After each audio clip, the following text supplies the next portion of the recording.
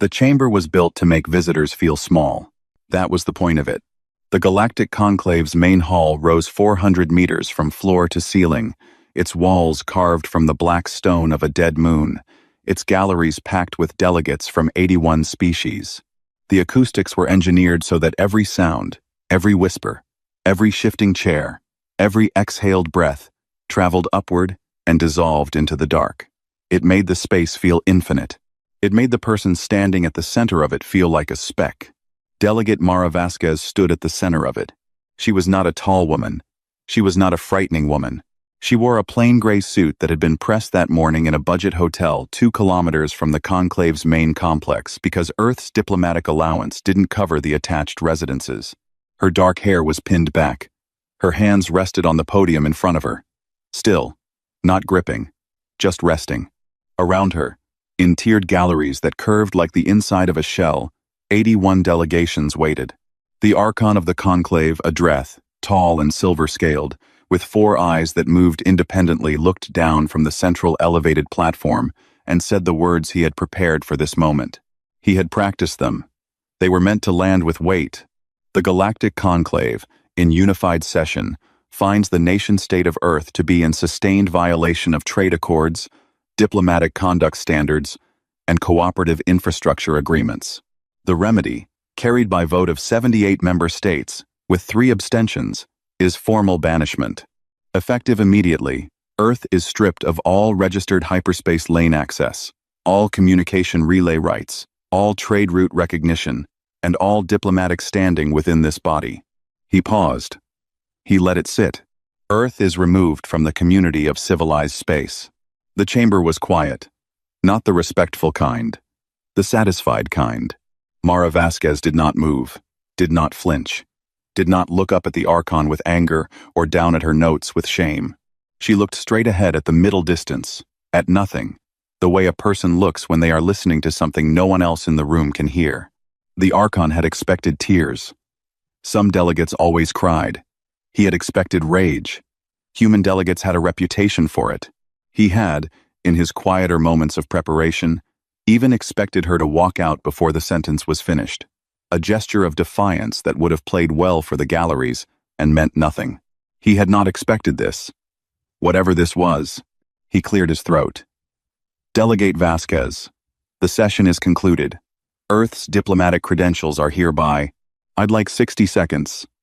Her voice was flat, conversational, like she was asking for a glass of water. The chamber stirred. Delegates leaned toward each other. The Keth ambassador, 6 rows up on the left gallery, made a sound that in his species meant something close to amusement. The Archon looked at her for a long moment. He was a reasonable being. He was also a being who had just won completely, and the confidence of total victory makes reasonable beings generous in small things. 60 seconds, he said. She did not check notes, did not look around the room, did not build to anything. The clock started 3 years ago, she said. Not today. Then she picked up the single folder from the podium, turned, and walked out of the chamber. No hesitation, no backward glance. Her footsteps on the stone floor traveled up into the dark ceiling and dissolved. The chamber sat with it for a moment. Then the Keth ambassador made a different sound, the one that meant he thought the whole thing was sad. Several other delegations began the formal business of departure, filing out, consulting aides, moving on to the next item on a very full political calendar. The banishment of Earth was a footnote, a necessary correction, something to be recorded and forgotten. In the 7th gallery, the Veil delegation did not move. There were 4 of them. The Veil were old, not old the way individuals get old, but old the way a species gets old, the kind of old that accumulates in the eyes and makes every gesture deliberate. Their lead delegate, a narrow-framed being named Sereth of the 7th Fold, had not taken his eyes off Vasquez from the moment she entered. He had watched her through the entire session. He had watched the stillness of her, the patience of it. He had seen patience before. He had seen it in species that were resigned, species that had given up and were waiting for the humiliation to end. This was not that kind of patience. He turned to the junior member of his delegation and said, very quietly, in the Veil's own tongue, Pull every Earth shipping manifest from the last 10 years. All of them. Tonight. The junior delegate looked at him. The session is over. Earth has been... Tonight, Sareth said. He looked at the empty space where Vasquez had been standing. The clock started 3 years ago. He had been in this chamber for 40 years. He had heard 10,000 speeches, 1,000 acts of defiance, 100 desperate last words from delegations losing everything. He had learned to hear the difference between a person saying something and a person reporting something. Vasquez had been reporting. Outside the conclave complex, in the wide gray plaza that stretched between the building's main entrance and the transit hub, Mara Vasquez walked at the same pace she always walked. Her aide, a young man named Torres, who had been with her for 3 years and had learned not to ask questions at moments like this, fell into step beside her without a word. They walked half the length of the plaza before Torres spoke. "They're going to think you lost your mind," he said, "or that you were bluffing." "Good," she said. "Were you?" She didn't answer immediately. Above them, the conclave's towers caught the last light of the system's star and threw long shadows across the plaza stones. "Pull up the relay station status when we get back to the hotel," she said. "I want current numbers from all 14 sites." Torres tapped his wrist communicator. "You really think they'll check the manifests?" "The Vial will," she said. "They're the only ones paying attention. And when they do?" She stopped walking. Just for a moment, she looked back at the conclave complex at its towers, its carved stone, its 400 years of accumulated authority, with an expression that was not hatred and not satisfaction, and not quite either thing. "Then they'll understand what I said," she told him. She turned back toward the transit hub and kept walking. Somewhere in the conclave's legal registry filed quietly, 3 years prior, on a Tuesday, by a small law firm on Earth that specialized in obscure interstellar statutes, a petition sat in an automated queue. Ticking. Sareth of the Seventh Fold did not sleep that night. This was not unusual for him. The Vael didn't sleep the way most species did. They rested in long, shallow intervals, their minds never fully going dark, always processing, always sorting. It was what made them good analysts. It was also what made them deeply unpleasant at social gatherings. He sat in his delegation's quarters with a screen in front of him, and 10 years of Earth shipping manifests, spreading out like something that had no clean edges. The junior delegate, whose name was Preeth, sat across from him and watched him work with the specific kind of patience that young people develop when they are trying to learn from someone who doesn't explain himself. "Talk me through what you're seeing," Preeth said. After an hour of silence, Sareth pointed at the screen. Earth filed 412 asteroid survey claims in the last decade. Routine. Scattered across uninhabited systems. No one looked twice because asteroid surveys are boring, and Earth was always filing things. They're a paperwork species. It's one of the things the Conclave found annoying about them. And 31 of those survey claims are in locations that make no geological sense for asteroid mining. Wrong stellar positions. Wrong debris field compositions. No viable mineral yields. He pulled up a star map. But if you plot them as communication relay points, he connected the 31 dots. Preeth stared at the map. The dots formed a web. Clean lines. Redundant coverage. Not a survey grid. A network. "That's a relay infrastructure," Preeth said. "It's the spine of one," Sareth said. "Filed as survey markers. Registered under 6 different Earth corporate entities, each incorporated in a different jurisdiction, none of them obviously connected. I didn't find the connection until I cross-referenced the filing attorneys." He looked at Preeth. "Same firm. Every single one. A firm that also happens to specialize in interstellar sovereign law." Preeth leaned back. "When did they start?" "The first filing is 9 years ago, 4 months after the Conclave rejected Earth's trade equity petition for the 3rd time." Sareth paused. The 3rd time. Not the first time they were humiliated. Not the second. After the 3rd, something changed in their approach. They stopped pushing on the door. They started building around the walls. He pulled up a second layer of data. Pilot licensing records, cross-referenced with Earth's civil aviation equivalent. Cross-referenced again with deep space navigation certifications filed through Conclave systems. 7 years ago, he said, Earth began a quiet expansion of its deep space pilot training program. The program's stated purpose was commercial shipping readiness. What it actually taught based on the curriculum modules, which are public record because Earth files everything, was gravitational drift navigation. The ability to chart a course through hyperspace without lane codes. Without conclave-issued lane codes, Preth said. Without any external codes at all. Self-derived. From scratch. Sareth set down the stylus he'd been holding. Do you know how long it took the Vael to develop independent hyperspace navigation? After we achieved our first faster-than-light transit? Preth thought about it. 200 years? 230. With help from the Dravathi, who gave us access to their baseline charts. He looked at his junior delegate. Earth did it in 6 years. From first principles. Alone. While simultaneously attending every conclave trade summit and filing every required diplomatic report and behaving every visible way like a species that still needed the system to survive.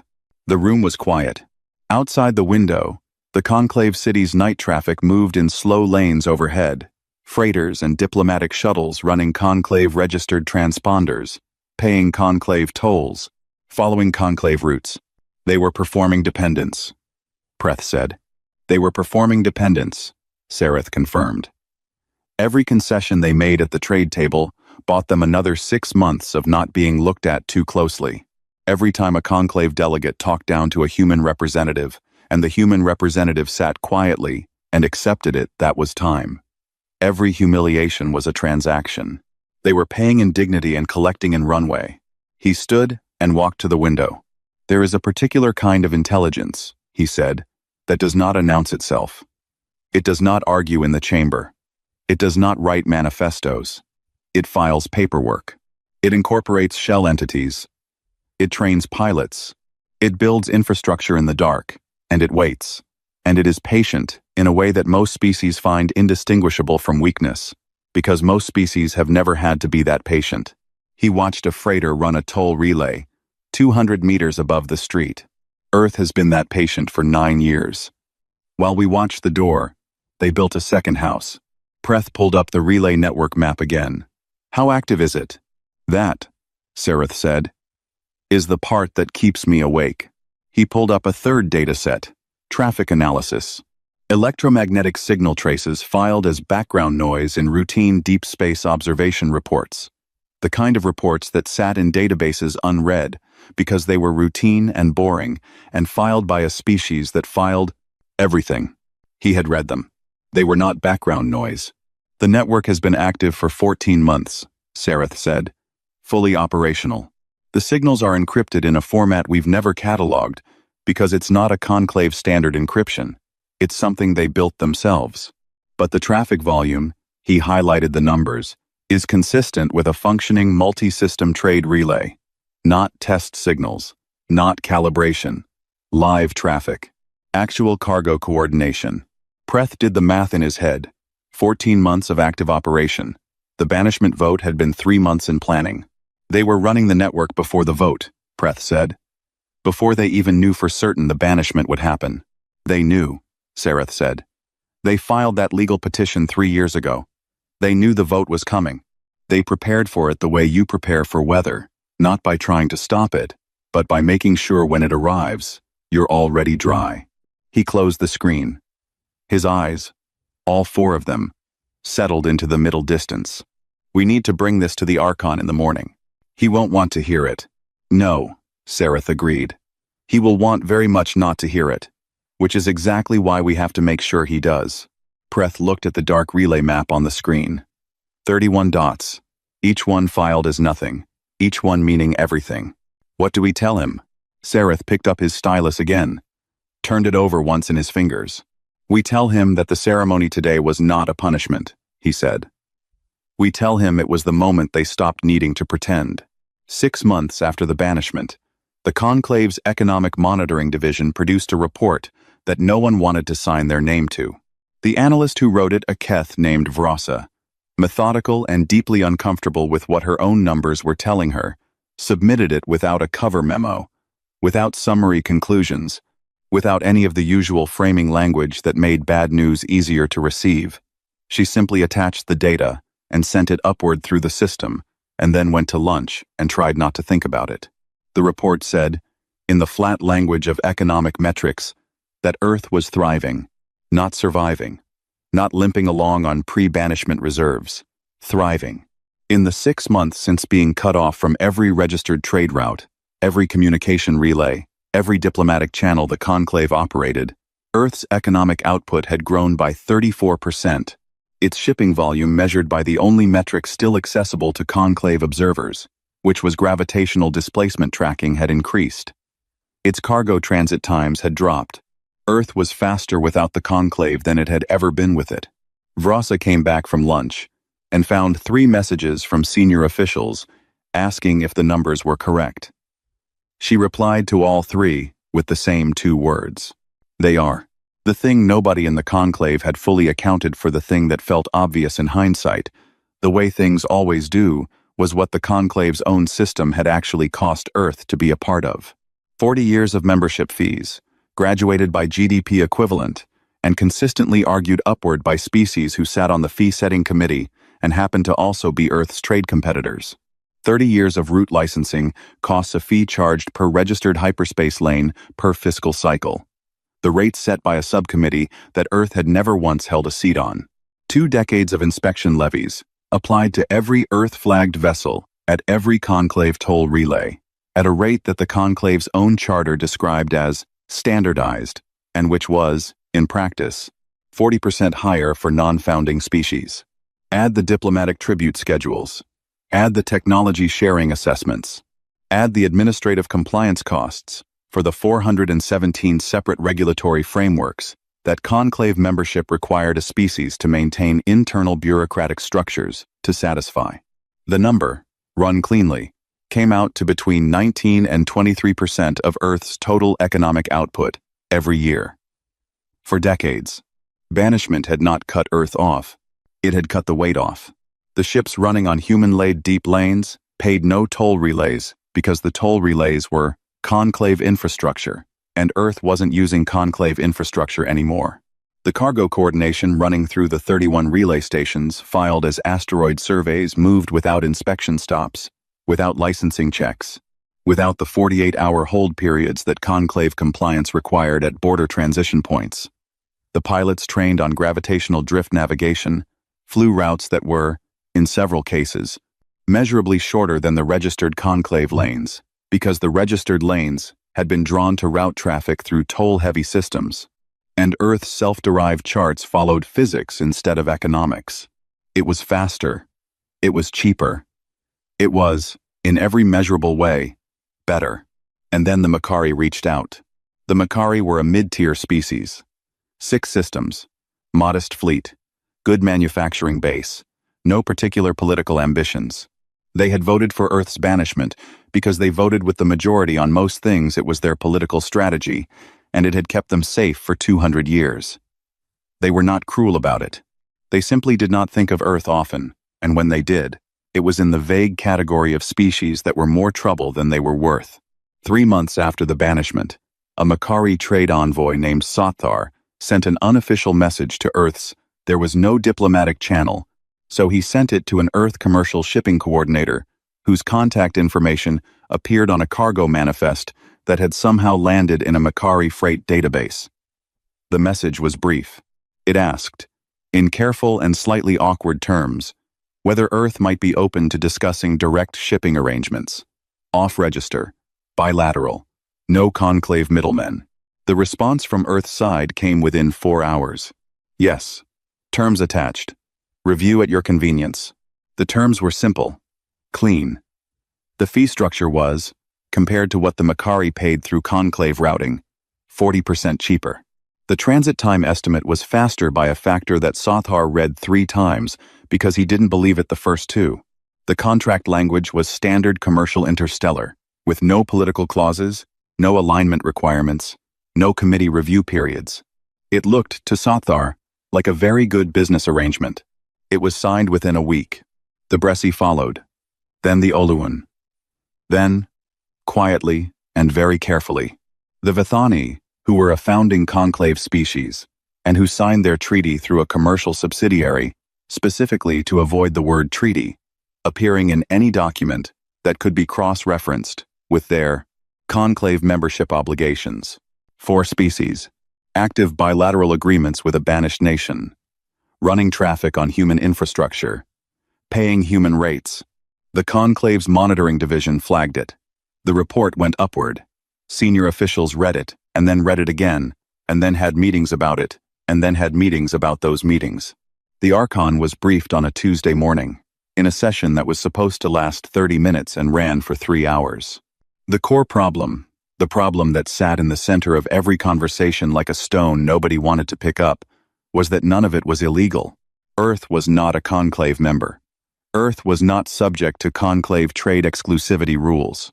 The Makari, the Bressi, the Olun, the Vithani, they were members, and their membership did include language about exclusive routing obligations. But that language had been written 40 years ago to prevent members from routing around conclave systems to older, pre-conclave networks. Networks that still existed. Networks that were grandfathered. The Earth network was not a pre-conclave grandfathered system, but it also wasn't classified as anything that the exclusivity clause actually covered. Earth's lawyers had found the gap. The Archon sent a message to Delegate Vasquez through the only channel still technically available, a commercial routing flag, the kind used for cargo disputes, asking for clarification on Earth's legal interpretation of the exclusivity clause. Her response arrived in 40 minutes. It read, "You'll want to check Article 7, subsection 14 of the Banishment Accords you wrote." We did. The Archon read the message twice. Then he called his chief legal counsel. Then he watched the color leave his chief legal counsel's face in a way that, in 30 years of politics, he had never seen before. "What's in Article 7, subsection 14, he asked. His chief legal counsel pulled up the Banishment Accords, a document so rarely used that its digital copy had to be retrieved from an archive system that took 4 minutes to respond. The Archon read it. He sat with it for a long time. Outside his window, somewhere in the transit lanes above the city, a freighter ran a route it hadn't paid to use. He didn't yet know whose infrastructure it was running on. He was about to find out.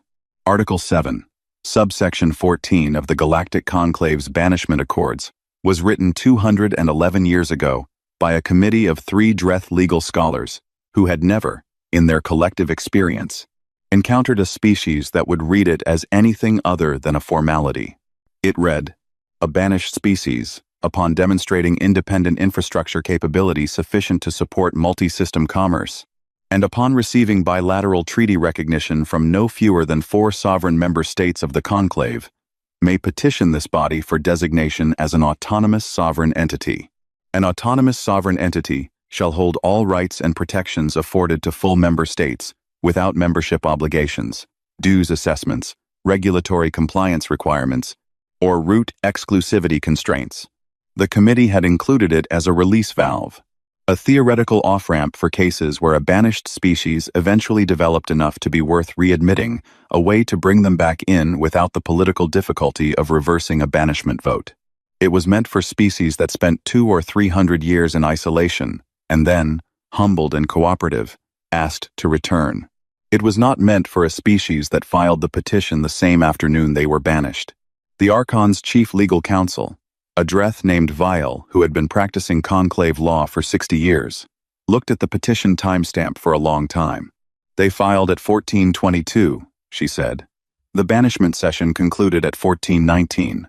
3 minutes, the Archon said. "They filed in 3 minutes. They prepared it beforehand. They prepared it beforehand." Vale set the document down on the table between them. "The petition is compliant. The infrastructure claim is supported by 14 registered relay stations. They decloaked them from the asteroid survey designation 6 days ago, which is the first business day following the petition's automatic review window expiration. The bilateral treaties are valid. 4 member states, all properly executed, all technically within their rights under the exclusivity clause gap She paused. "Under the gap. That we missed," the Archon said. Bael did not argue. The Archon's legal review session had been scheduled for 2 hours. It ran for 11. They brought in 5 additional jurists, the conclave's top practitioners of sovereign and interstellar law. They went through the petition line by line, clause by clause, looking for the flaw, the error, the overreach, the procedural misstep that would give them grounds to deny. They found nothing. The petition was clean. It was, in the careful and slightly dry assessment of the senior jurist brought in from the conclave's independent review body, the most precisely constructed legal document submitted to this body in the last 40 years. Every requirement in subsection 14 was met with documentation so thorough that challenging any individual element would require disproving evidence that Earth had been building for the better part of a decade. 3 of the 5 jurists asked to review the filing attorney's credentials. All 3 came back with the same answer. A small firm on Earth, 11 lawyers, founded 17 years ago, specializing exclusively in obscure interstellar sovereign law. The firm had filed hundreds of routine documents with the conclave over the years: survey registrations, commercial cargo flags, compliance reports, background noise, the kind of filing that sits in an automated queue and gets processed by a system that doesn't read, only sorts. Including the petition itself, which had been sitting in the automated queue for 3 years, processed and acknowledged and then filed into a subfolder that the Archon's office was legally required to act on within 90 days of the documented conditions being met. The 90-day clock had started the morning after the banishment vote, when the 4 bilateral treaties were formally registered. "We have 63 days left on the response window," Vale said. "And if we deny it? On what grounds?" She looked at him across the table. "The petition is compliant. If we deny a compliant petition, we are in violation of our own foundational charter. The Vithani alone could bring a constitutional challenge that would consume this body for the next 20 years. The Bressi and the Oluun have already quietly indicated through back channels that they would co-sign such a challenge." She paused. "We don't have the votes to survive that, Archon." "We don't have the votes," he repeated. He said it the way a person says something when they are hearing it for the first time, even though it has been true for a while. The chamber outside the legal review room was quiet. It was late. Most of the conclave complex had emptied out into the city's night corridors. Through the long windows, the transit lanes were sparse, a few freighters running their registered routes in slow, lit arcs across the dark. "How many species are in active negotiation with Earth right now?" the Archon asked. Vale consulted the monitoring report on her screen. 7 confirmed. 3 more preliminary. She hesitated. Sereth of the 7th Fold submitted an analysis this afternoon. He believes the number will be 14 within the next fiscal cycle. Possibly more. 14. His projection model has a strong track record. The Archon was quiet for a moment. He was thinking about the way Vasquez had walked out of the chamber, the folder under her arm, the even pace of her footsteps, the 60 seconds she had spent not arguing, not begging, not even performing defiance, just reporting a fact. The clock started 3 years ago. She knew, he said. It was not a question. She knew before we called the vote, Vial said. The petition was filed on the assumption that the vote would happen. They didn't know for certain, but they prepared as if they did. Which means they understood us well enough to know it was coming regardless of what they said or did. So they stopped trying to prevent it and started using it. Using it as the trigger event. The moment the banishment took effect, the exclusivity clauses stopped applying to Earth. The moment the exclusivity clauses stopped applying, the bilateral treaties became legally clean. The moment the treaties were clean, the petition conditions were met. She looked at him. They designed a sequence, and they waited for us to start it. Outside, a freighter crossed the window's frame and disappeared into the dark. The Archon looked at the petition on the table. 11 lawyers in a small office on Earth, filing boring paperwork for 17 years. Survey claims, cargo flags, compliance reports, 1 petition, 3 years in a queue. He thought about the conclave's founding documents, the pride of them, the weight of 400 years of accumulated authority. He thought about the 81 species that had voted in his chamber, the galleries full of delegates, the ceremony of it. And then he thought about Mara Vasquez in a budget hotel 2 kilometers from the complex, pressing her gray suit, going over relay station numbers with a young aide. "Schedule a full session," he said. We ratify the petition. Vielle nodded. She had known that was where this was going. She had known since she saw the document. And the public statement? She asked. He looked at the window. At the transit lanes. At the freighters running routes that were no longer, it turned out, entirely his to control. Tell them we are honoring our foundational commitment to sovereign rights under interstellar law. He stood. Don't editorialize. She didn't ask what he meant. She was a good lawyer. She understood the difference between what a statement said and what it meant. What it meant was, we had no choice. But they would not be saying that part out loud. The ratification session lasted 4 hours and was, by the standards of the Galactic Conclave, remarkably quiet. There was no real debate. The jurists had done their work. The charter language was clear. Several delegations gave brief statements, the kind of statements that filled time without saying anything, the political equivalent of a held breath. The Keth ambassador, who had made the sound of amusement in the chamber 3 years ago, made a different sound now. It translated roughly as someone who had bet on the wrong outcome and was being dignified about it. When the vote came, it was 61 in favor, 12 against, 8 abstentions. Earth's autonomous sovereign status was ratified. Delegate Mara Vasquez was not in the chamber. She had not been invited. Banished species did not attend conclave sessions, and Earth had not rejoined. The decision was transmitted to her office through a commercial routing flag, the same channel the Archon had used to reach her 3 weeks prior. She was on the observation deck of Station Meridian 7 when Torres brought her the notification. Meridian 7 was the largest of Earth's 14 relay stations. It had been built over 6 years by a construction crew that filed its work permits as deep space maintenance operations. It had been active for 14 months. It was, as of the ratification, flying Earth's flag openly, a flag that now, for the first time in Earth's history, represented a recognized sovereign entity operating outside the rules of any larger body. The observation deck was a long, curved corridor with a clear composite wall that looked out into the void. Vasquez stood at the wall with a cup of tea that had gone cold while she read through the relay traffic reports. She did that most mornings. Not because she had to, she had a staff for that, but because she liked to know the actual numbers, the real ones, not summaries. Torres handed her the notification screen without a word. She read it, set the screen on the ledge beside her cold tea, looked back out at the dark. Below the station below, in the sense that Meridian 7's orientation placed it as below, which was arbitrary and meaningless, but felt right a freighter from the Macquarie, ran a human-laid lane without a conclave transponder active. Its drive signature was clean, and its cargo seal was Earth-certified, and it was running a route that was 9% shorter and 40% cheaper than the nearest equivalent registered conclave path. The Macquarie had 17 more scheduled for this week. The Bressie had 32. 3 more species, the Sulun, the Heveth, and a small but strategically positioned species called the Marath, whose home system sat at a critical junction point in the northern freight corridor, were in the final stages of bilateral negotiations. Their lawyers had been in contact with Earth's small 11-person firm for the past month. Torres stood beside her and looked at the same dark and said nothing for a while. You should feel something, he said eventually.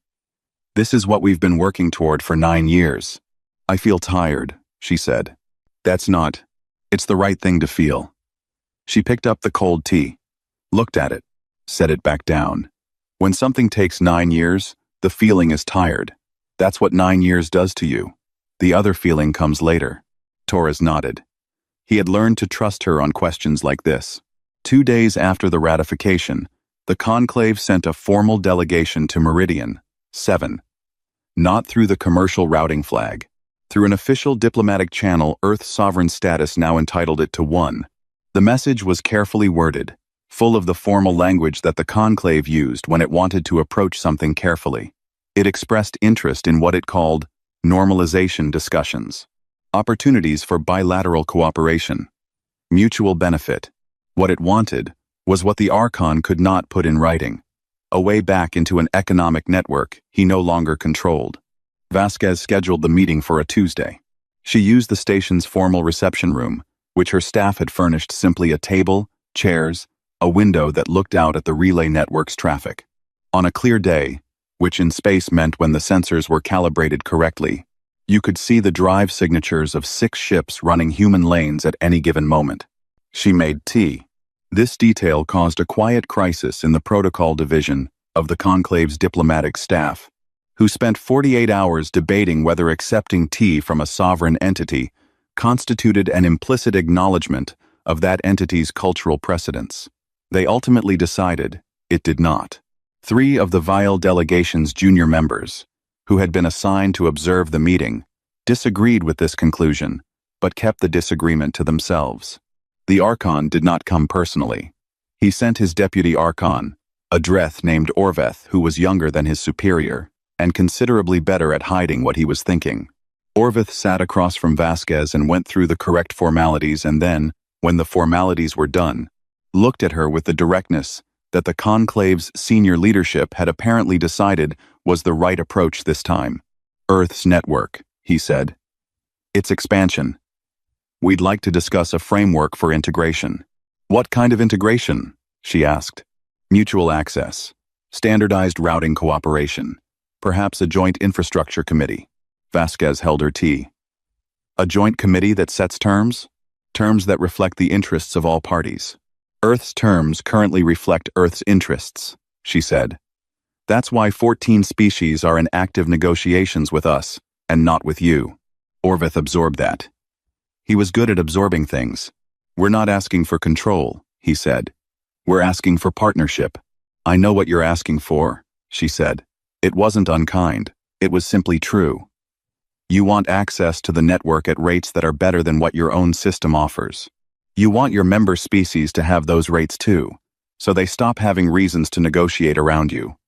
You want to be part of something that works. Orveth was quiet. We can discuss it, Vasquez said. Through our trade office. Standard bilateral terms. You'll fill out the same forms the Makari filled out. Your legal team will review the same contract the Bresci signed. She set down her tea. There's no special arrangement for old members. There are no old members here. There's just trade. That's it? Orveth said. No concessions? No historical recognition? No. Standard bilateral terms, she said. Same as everyone else.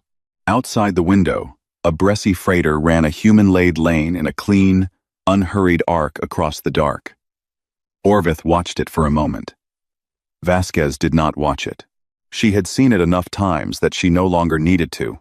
He understood then what Sareth had been trying to explain to the Archon for 3 years.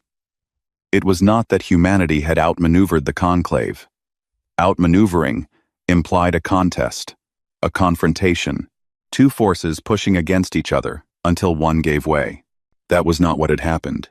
What had happened was that humanity had simply built something real while everyone was watching the argument. They had been patient with the patience of people who understood that the argument was never the point. The argument was what you did while the infrastructure dried. Orveth picked up the tea. He didn't know what else to do with his hands. It was, against his expectations, very good. He thought about what the forms would look like. The same forms the Makari had filled out. A species that had sat in the Conclave's galleries for 200 years, reduced to the same stack of paperwork as a species that had been banished 6 months ago. He thought about whether that was humiliating. Then he thought about the freighter running the clean, fast lane outside the window. He drank the tea and asked for the forms. Vasquez handed them across the table without ceremony. No triumph in it, no gloating, just the forms, just the next thing. 9 years of work, and this was how it ended. Not with a speech, not with a moment, but with paperwork crossing a table on a Tuesday morning, while the galaxy's most powerful political body filled out the same documents as everyone else. Torres, standing by the door, thought he saw something in her expression. Not satisfaction exactly. The other feeling. The one that comes later. It looked a lot like rest.